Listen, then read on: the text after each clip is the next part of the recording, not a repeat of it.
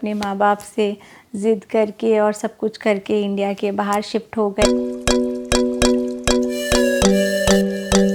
Hello दोस्तों, कैसे हैं आप लोग? और होप करती हूँ आप सब लोग बहुत मज़े में होंगे और अपने अपने घरों में सुरक्षित होंगे। और मैं भी एकदम फर्स्ट क्लास हूँ दोस्तों मैंने लास्ट वीडियो में आपको अपनी स्टोरी सुनाई थी, अपनी इमोशनल स्टोरी सुनाई थी कि मैं बरेली की लड़की नीदरलैंड में कैसे बस गई, किन परिस्थितियों में बस गई। वो मैंने पार्ट 1 में दिखाया था।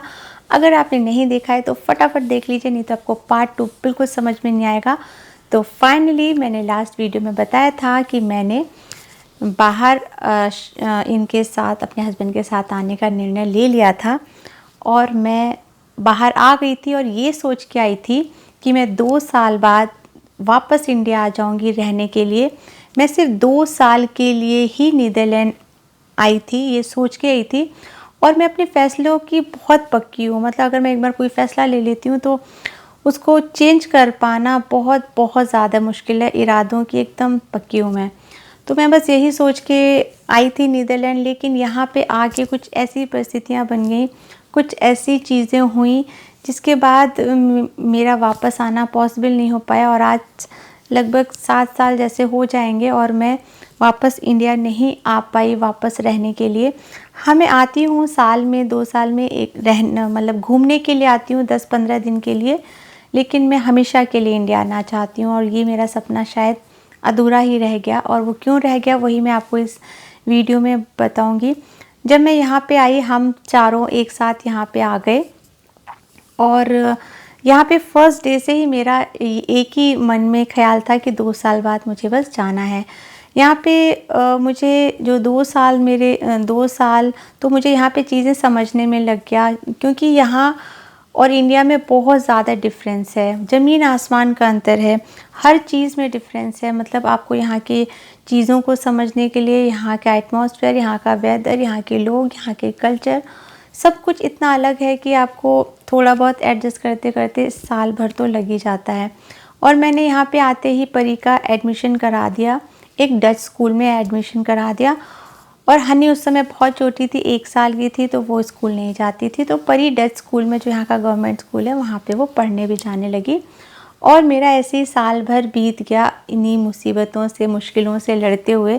उसका मैं एक सेपरेट वीडियो बना दूँगी कि मुझे यहाँ पे आके किन परेशानियों का सामना करना पड़ा, और जो भी इन फ्यूचर यूरोप में या फॉरेन में आना चाहते हैं तो क्या उन्हें एहतियात बरतनी चाहिए, क्या उनको करना चाहिए, उसके लिए एक वीडियो होगा मेरा। लेकिन आज मैं इस टॉपिक से अलग बात कर रही हूँ। तो देखते देखते 2 साल भी हो गया और मेरे मन में आया था कि बस अब 2 साल हो गए, अब तो मुझे वापस ही अपनी कंट्री जाना है। क्योंकि मेरे हस्बैंड यहाँ पे एक प्रोजेक्ट में कर रहे थे 2-2.5 साल का। तो मेरे हस्बैंड ने कहा था कि जैसे ही 2.5 साल हो जाएंगे हम लोग वापस इंडिया जाएंगे। तो बस 2 साल हो गए थे और जैसे ही 2.5 साल हुए, मेरे हस्बैंड ने इंडिया की कंपनीज़ में जॉब देखना शुरू कर दिया। लेकिन उस समय दोस्तों कुछ ऐसा क्राइसिस चल रहा था कि जॉब मिल रही थी, लेकिन जैसा मेरे हस्बैंड चाह रहे थे वैसी जॉब नहीं मिल रही थी, क्योंकि उनको यहाँ से रिज़ाइन करके इंडिया की किसी कंपनी में ज्वाइन करना था, यहाँ पे छोड़ के ज्वाइन करना था। और जैसे जब हम इंडिया जाएं तो हमारे पास जॉब होनी चाहिए थी, मेरे हस्बैंड के पास जॉब होनी चाहिए थी। वो एक भी महीना खाली नहीं बैठना चाहते थे।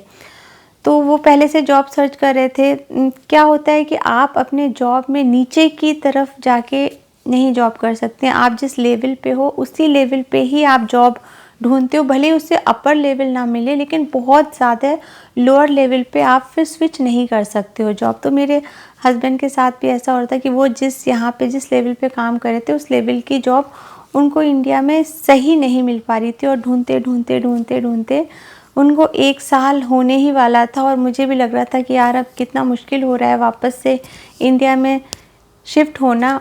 और उसके बाद 1 साल बाद क्या हुआ कि मेरी भी कुछ तबीयत ख़राब हो गई और मैं काफ़ी बीमार पड़ गई। और यहाँ पे मेरा काफ़ी लंबा इलाज चला, 7-8 महीने तक मेरा यहाँ पे इलाज चला। और यहाँ के मैंने जब यहाँ का मेडिकल सिस्टम देखा, यहाँ के हॉस्पिटल देखे, डॉक्टर्स की अप्रोच देखी, मुझे बहुत मुश्किलों से यहाँ पे, मतलब मैं कहूँगी तो मुझे तो जीवन दान ही मिला।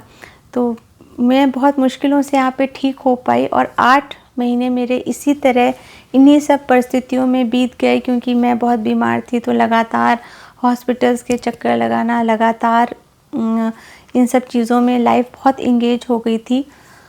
उसके बाद भी मैंने यही सोचा कि बस मैं एक बार ठीक हो जाऊं, फ़्लाइट में जाने लायक हो जाऊं, उसके बाद मुझे इंडिया ही शिफ्ट होना है। लेकिन उसके बाद जब ये 2.5 और 1 साल के बीच में 3.5-4 साल बीत चुके थे, और उसके बाद जब हमने इंडिया में सोचा कि चलो हम इंडिया वापस आते हैं, उसके बाद ये कोरोना का जो टाइम है, बहुत लंबा टाइम भी शुरू हो गया, जो ख़त्म होने का नाम ही नहीं ले रहा था।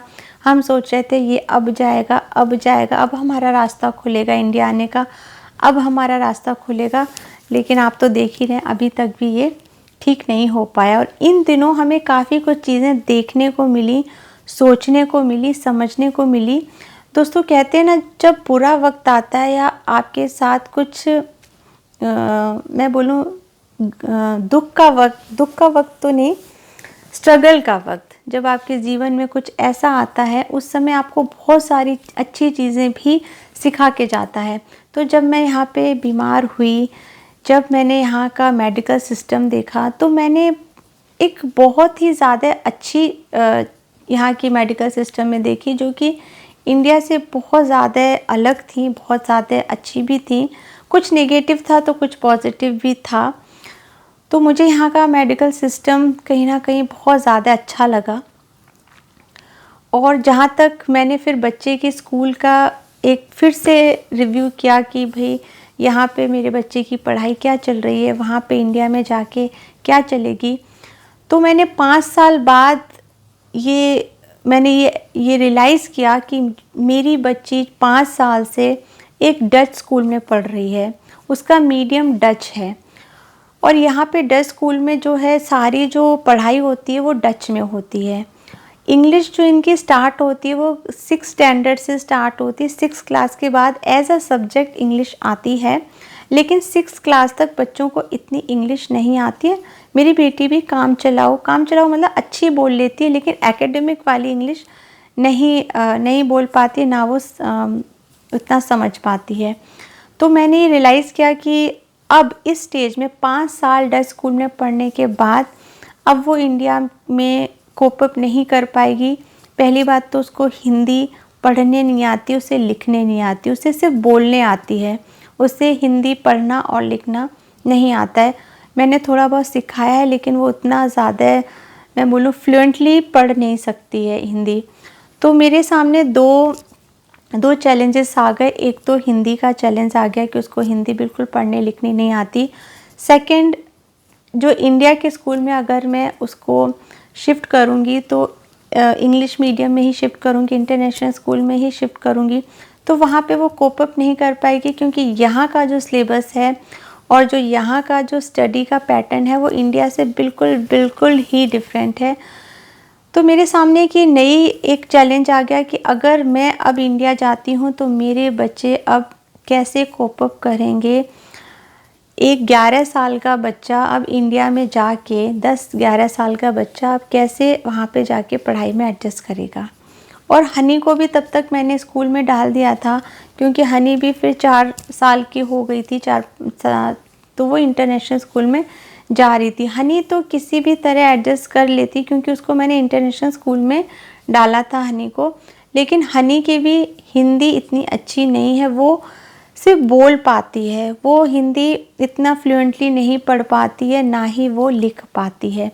तो ऐसी सिचुएशन है कि मेरे दोनों बच्चे आज की डेट में इंडिया में अगर मैं शिफ्ट हो जाती हूँ तो वो उनकी पढ़ाई पे बहुत बड़ा इफ़ेक्ट पड़ेगा। उनको शायद 1-2 साल सिर्फ कोप अप करने में चले जाएंगे और उनके 2 साल शायद वेस्ट हो जाएंगे, और मुझे नहीं पता कर भी पाएंगे कोप अप कि नहीं कर पाएंगे। और माँ बाप जो भी करते हैं अपने बच्चों के लिए ही करते हैं। तो मैंने यही रियलाइज़ किया कि अब मैं उनके पढ़ाई को डिस्टर्ब नहीं कर सकती। और अब जब मैंने कंपेयर किया तो मुझे यहाँ का जो एजुकेशन सिस्टम है वो बहुत ज़्यादा अच्छा लगा, बहुत ज़्यादा डिफरेंट है और बहुत ज़्यादा अच्छा है। लोगों का सपना होता है फ़ॉरेन में पढ़ाई करने का, तो अब मुझे समझ में आया कि क्यों होता है वो सपना, क्योंकि यहाँ का एजुकेशन और यहाँ की जो पढ़ाई है वो बिल्कुल डिफरेंट है। तो आज की डेट में मैं अपने बच्चों की वजह से अब इंडिया नहीं आ सकती हूँ जब तक कि उनका पूरा जो 12th क्लास वो पास आउट नहीं कर लेते। मैं उनको चेंज नहीं कर सकती।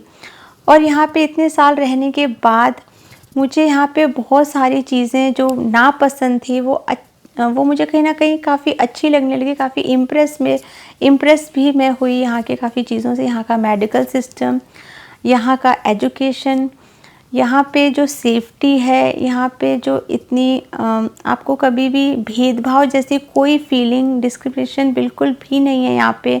आपको कभी एहसास नहीं होगा कि आप दूसरी कंट्री से यहाँ पे आए हैं।